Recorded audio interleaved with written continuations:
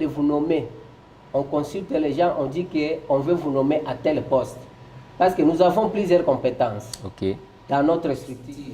Alors, si, à travers notre mémorandum, parce que toutes les revendications sont là, on pouvait nous consulter pour nous dire que envoyez-nous les noms des gens qui peuvent animer le ministère ou bien qui peuvent être nommés à des postes différents. On ne pourrait pas manquer à envoyer des noms. Nous, on a estimé que c'est aller vite en besogne d'envoyer les noms des gens. Quelle est la suite de ces dispositions? Il est dit l'État a le devoir de promouvoir la présence de la personne avec handicap au sein des institutions nationales, provinciales et locales. Point. L'État a le devoir de promouvoir. C'est comme ça. L'État, bien sûr, a le devoir de promouvoir. L'État a le devoir. C'est ce que Maître Kanamou l'aurait dit avant. La question qu'on se pose, comment? Voilà. C'est ça. C'est comme ça, moi j'ai dit, on ne peut pas se fier à la théorie des tests. Non, pour eux, ils se disent que vu que l'État doit promouvoir la personne vivant avec handicap... Pas doit, a le devoir. A le devoir. On ne dit pas doit. Ok. On dit a le devoir. Parce que quand vous dites doit, c'est une imposition. C'est impératif. Mais on dit, l'État a le devoir.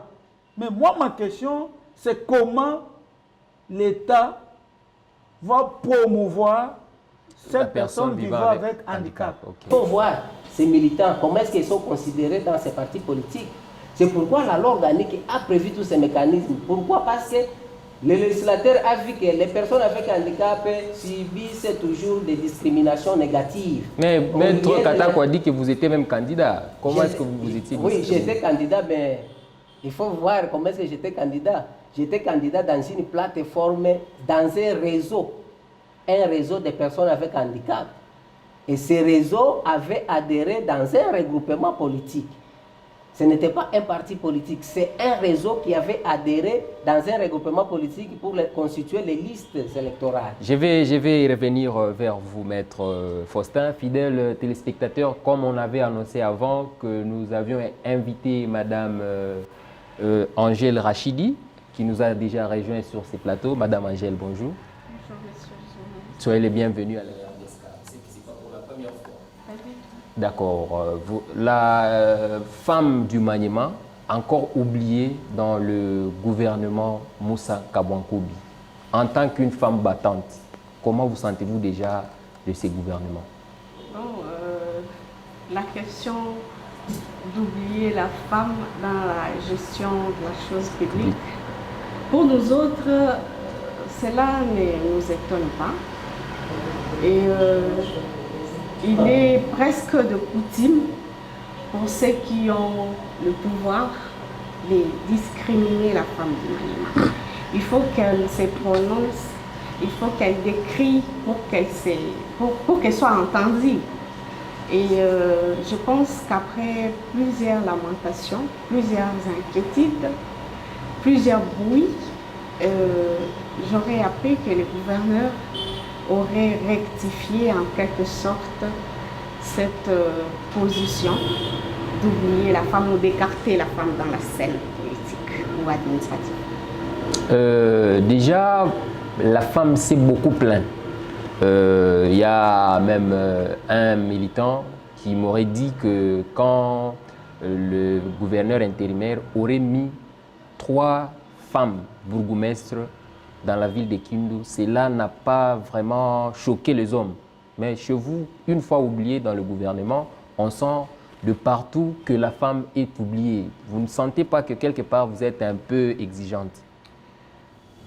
Il nous revient de droit à dire que nous sommes exigeantes, c'est très fort. Nous ne sommes pas exigeantes.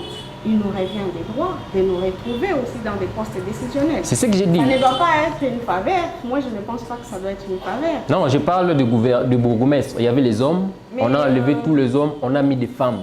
Et là, dire qu'on a enlevé tous les hommes, c'est très fort. Non, on a 3 communes. Il y avait 3 bourgmestres, 2 hommes. On a enlevé les 3 hommes, on a mis 3 femmes. Et cela n'a pas vraiment éclaté. Mais depuis les 20 jusqu'à présent... C'était suffisant? Est-ce qu'on devait se limiter à être des bourgmestres pour se retrouver dans des postes décisionnels? Je ne pense pas. Et en tant que femme, C'était d'ailleurs du jamais vu depuis que Maniema ok. C'est la toute première fois quand même qu'on a eu à palper la gestion de la femme. Par exemple, dans des communes, comme on les avait placées là.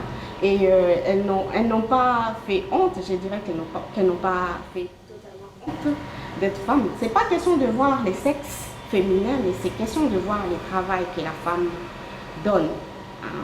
Moi, je réfléchis comme ça. Le fait de dire que parce que c'est une femme, là on voit les genres, on voit les sexes, non, on voit la capacité de la femme, on voit la gestion de la femme.